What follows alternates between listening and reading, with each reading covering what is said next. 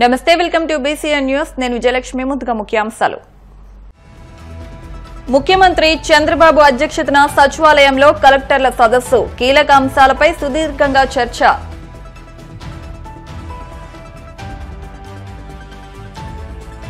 సోమశిల జలాలు తీసుకురావడానికి దృఢ సంకల్పంతో పనిచేస్తాం మర్రిపాడు మండల ప్రజలకు హామీ ఇచ్చిన మంత్రి ఆనం రామనారాయణ రెడ్డి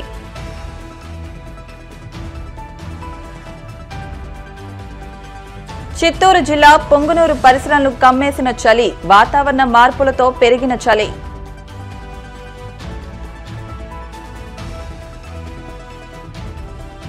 వాహనదారులు తప్పకుండా నిబంధనలు పాటించాలి తాడేపల్లిగూడెంలో విద్యార్థులకు పోలీసుల అవగాహన ముఖ్యమంత్రి చంద్రబాబు అధ్యక్షతన సచివాలయంలో కలెక్టర్ల సదస్సు ప్రారంభమైంది. ఇందులో భాగంగా భవిష్యత్తు లక్ష్యాలపై కలెక్టర్లకు సీఎం దిశానిర్దేశం చేశారు. 6 నెలల పాలనలో చేపట్టిన సంక్షేమం, అభివృద్ది అంశాలపై సమీక్షించారు. శాంతి భద్రతలపై డీజీపీ, ఎస్పీలతో ఆరా తీస్తున్నారు. స్వర్ణాంధ్రప్రదేశ్ 2047 విజన్ డాక్యుమెంట్ ప్రజెంటేషన్ ను సీఎం ఇవ్వనున్నారు. నూతనంగా తీసుకొచ్చిన పాలసీలపై దిశానిర్దేశం చేయడంతో పాటు 4.5 ఏళ్ల ఏ విధమైన లక్ష్యాలతో ముందుకెళ్లాలని సమాలోచనలు చేయనున్నారు. వినతుల పరిష్కారం, గ్రామ, వార్డు సచివాలయాలు, వాట్సాప్ గవర్నెన్స్, ప్రజల్లో సానుకూల దృక్పథం వంటి అంశాలపై చర్చించారు. వ్యవసాయం, పశుసంవర్ధక, ఉద్యాన, పౌర సరఫరాలు, అటవీ, జలవనరులు, పంచాయతీరాజ్ వంటి శాఖలపై సమీక్షించారు. ఆనం సంజీవరెడ్డి సోమశిల హైలెవెల్ కెనాల్ ను పూర్తి చేసి మెట్ట ప్రాంతమైన మర్రిపాడు మండలానికి సోమశిల జలాలు తీసుకురావడానికి దృఢ సంకల్పంతో పనిచేస్తున్నామని మంత్రి ఆనం రామనారాయణ రెడ్డి పేర్కొన్నారు. నెల్లూరు, మర్రిపాడు మండలంలోని పొంగూరు రిజర్వాయర్ను రైతులు, స్థానిక ప్రజాప్రతినిధులు, అధికారులతో కలిసి ఆయన సందర్శించారు. 2026 మార్చిలోగా ఆనం సంజీవరెడ్డి సోమశిల హైలెవెల్ కెనాల్ మొదటి విడత పనులను పూర్తి చేసి పడమటి నాయుడుపల్లి, పొంగూరు, ఇసుకపల్లి, పెగళ్లపాడు రిజర్వాయర్ పనులను పూర్తి చేసి సోమశిల జలాలను తరలిస్తామని తెలిపారు. 10 ఏళ్లుగా పనిచేసిన పాలకులు ఈ రిజర్వాయర్ పనులను పూర్తిగా నిర్లక్ష్యం చేశారని విమర్శించారు. పడమటి నాయుడుపల్లి ఫస్ట్ రిజర్వాయరు, దాన్ని BR1 అన్నారు. సెకండ్ రిజర్వాయర్ వచ్చి పొంగూరు రిజర్వాయరు, దాన్ని BR2 అన్నారు. BR3, 4లో ఇసుకపల్లి, పెగళ్లపాడు రిజర్వాయర్లను పెట్టడం జరిగింది. ఈ రిజర్వాయర్లను చేస్తూ మర్రిపాడులో మిగిలిపోతున్నటువంటి ప్రాంతం ఏదైతే ఉందో కంపసముద్రం రిజర్వాయరు, చాబోలు రిజర్వాయరు కూడా నీటిని తీసుకెళ్లి అక్కడి నుంచి వింజమూరు మండలంలోని గుండెమడకల రిజర్వాయర్కి నీరు తీసుకెళ్లాలని ఈ ప్రాజెక్టుని రూపకల్పన చేయడం జరిగింది. ప్రభుత్వం కొంతకాలం దీన్ని చేయగలిగాం, నిధులు కూడా ఖర్చు పెట్టాం, భూసేకరణ కొంతమేర జరిగింది. దురదృష్టం గడిచిన 5 సంవత్సరాలు ఆ ప్రభుత్వంలో, చివరి 2 సంవత్సరాలు అంతకుముందు ప్రభుత్వంలో ఈ పనుల పట్ల నిర్లక్ష్యం ఆనాటి ఈ ప్రాంత ప్రజాప్రతినిధులు చేయడం వల్లే ఈ ప్రాజెక్టు వెనకబడిపోయింది. ఈ వెనకబడితనానికి మరింత తోడై ప్రాజెక్టు కూడా లేదు. సోమశిల ఇప్పటికే 2 దఫాలు 3 దఫాలు నిండి సముద్రానికి నీళ్లు పోతున్న పక్కనున్న మర్రిపాడు మండలానికి నీళ్లు తెచ్చుకోలేనటువంటి దుస్థితిలో ఈ ప్రాంతం నిలిచిపోయింది. BR2లో ఉన్నటువంటి పొంగూరు రిజర్వాయర్, ముందున్నటువంటి మేజర్ రిజర్వాయర్లు ఇవి 2. ఈ మేజర్ రిజర్వాయర్లు 2 పూర్తి చేయండి. సోమశిల నీళ్లు ఈ 2 రిజర్వాయర్లు నింపాలి. దీని తర్వాత ఇది పూర్తయ్యే సమయానికి ఇసుకపల్లి, పెగళ్లపాడు రిజర్వాయర్లు కూడా చేసి ఆ తర్వాత సెకండ్ ఫేజ్లో ఉన్న చాబోలు, కంపసముద్రం, అలాగే గుండెమడకలకి వెళ్దామని చెప్పి ఫేజ్డ్ మ్యాన్ ప్రాజెక్టు ప్లానింగ్ ఇచ్చి ఇవాళ అధికారులకు ఆదేశాలు ఇచ్చారు. ఇవాళ ముఖ్యమంత్రి గారికి ప్రత్యేకంగా నేను ధన్యవాదాలు తెలియజేస్తా ఉన్నా. ఈ ప్రాజెక్టు ఒక కళ, ఈ ప్రాంతానికి ఇది ఒక చరిత్ర. ఎందుకంటే వర్షాధారం, ప్రకృతి సహకారం ఉంటేనే నీరు, ఇవేవీ లేకపోతే నీరే చూడరు ఈ ప్రాంతం వాళ్ళు.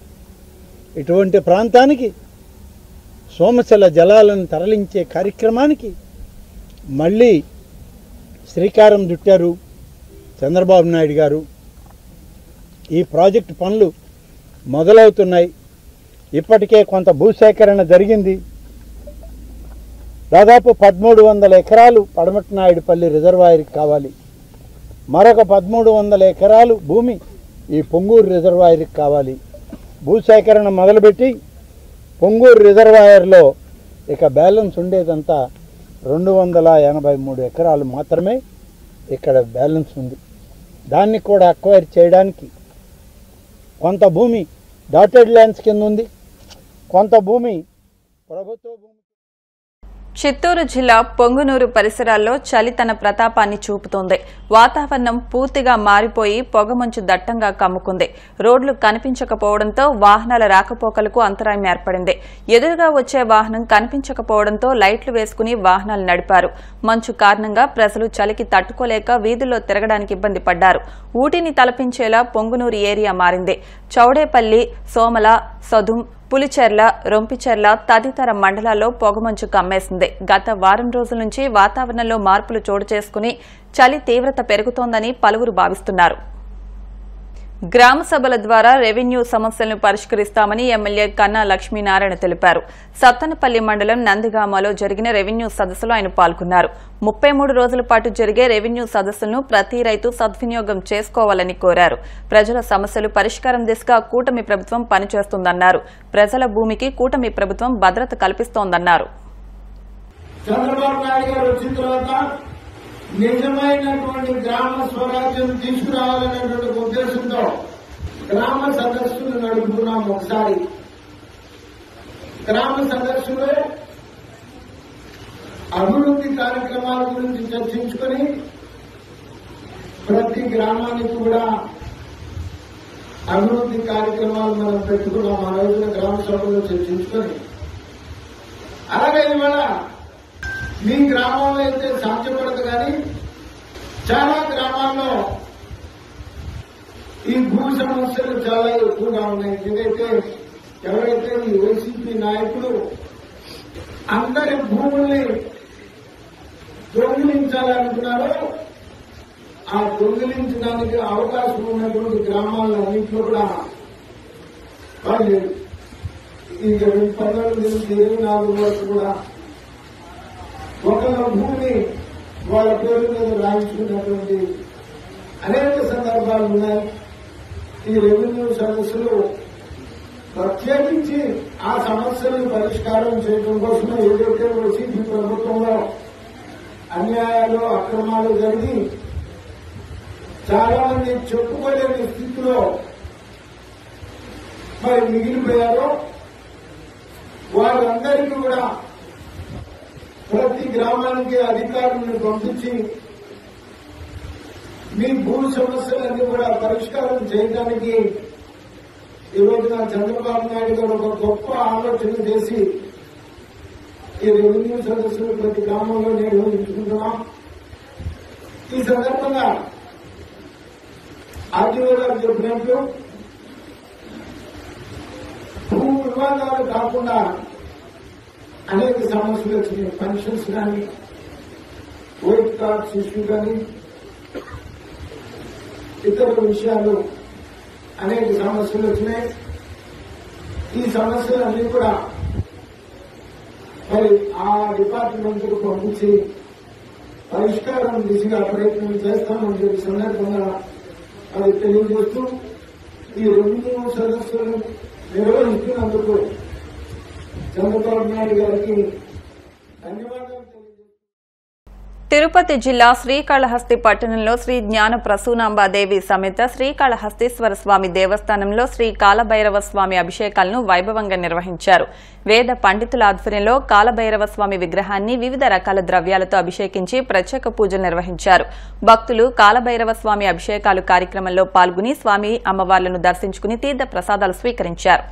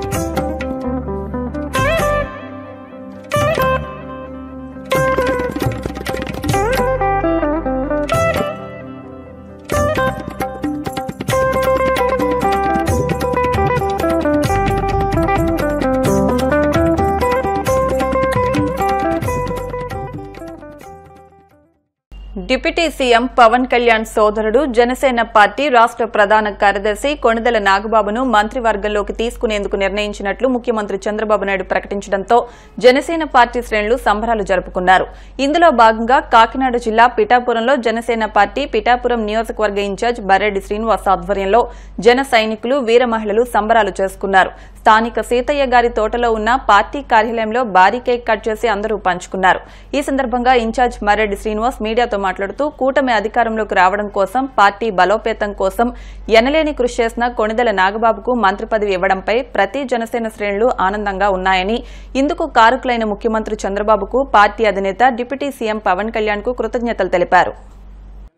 ప్రధాన కార్యదర్శి కొణిదెల నాగేంద్రబాబు గారికి వేళ రాష్ట్ర మంత్రివర్గంలో చోటు కల్పించబోతున్నట్టు గౌరవ ముఖ్యమంత్రులు నారా చంద్రబాబు నాయుడు గారు నిన్నటి రోజున అధికారికంగా ప్రకటించడం జరిగింది. చాలా సంతోషం. ఈ సందర్భంగా అవకాశం కల్పించిన నారా చంద్రబాబు నాయుడు గారికి, జనసేన పార్టీ అధ్యక్షులు, పిఠాపురం శాసనసభ్యులు, ఉప ముఖ్యమంత్రి పవన్ కళ్యాణ్ గారికి కూడా మా తరఫున, జనసేన పార్టీ తరఫున, పిఠాపురం వాసుల తరఫున కూడా ప్రత్యేక ధన్యవాదాలు తెలియజేసుకుంటున్నాం. నాగబాబు గారి సుదీర్ఘ అనుభవం, వారు ప్రజారాజ్యంలో కావచ్చు, జనసేన పార్టీలో కావచ్చు, 2018 నుంచి కూడా పార్టీ కోసం నిరంతరం కృషి చేస్తూనే ఉన్నారు. 2019లో నర్సాపురం నియోజకవర్గం నుంచి ఎంపీగా పోటీ చేశారు.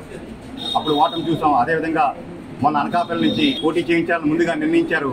కాకపోతే పొత్తులో భాగంగా కూడా ఆ సీటుని భారతీయ జనతా పార్టీ వారికి కేటాయించడం జరిగింది. అయినప్పటికీ కూడా అధ్యక్షుల వారి ఆదేశాలతోటి ఈ పిఠాపురం నగరంలో 50 రోజులు ఇక్కడే ఉండి ఆనాటి ఎలక్షన్ క్యాంపెయిన్ తానే అన్ని నడిపించి మా అధ్యక్షుల వారి విజయంలో చాలా కీలక భూమిగా పోషించారు. నాగబాబు గారు ఈ 6 ఏళ్ల కాలంలో పార్టీ కోసం చేసిన శ్రమ, దానికి ప్రతిఫలంగానే ఈవేళ మేమందరూ కూడా భావిస్తున్నాం. ఈవేళ నాగబాబు గారికి పదవి వచ్చిందంటే జనసేన పార్టీలో ఉన్న ప్రతి నాయకుడు, కార్యకర్త కూడా తనకే పదవి వచ్చినట్టుగా చాలా భావిస్తున్నాం మేమంతా కూడా. ఇది చాలా భావోద్వేగమైనటువంటి విషయం. అంటే నాగబాబు గారితో చాలా మంది ఇక్కడ ఉన్న ప్రతి నాయకుడికి అనుభవం ఉంది.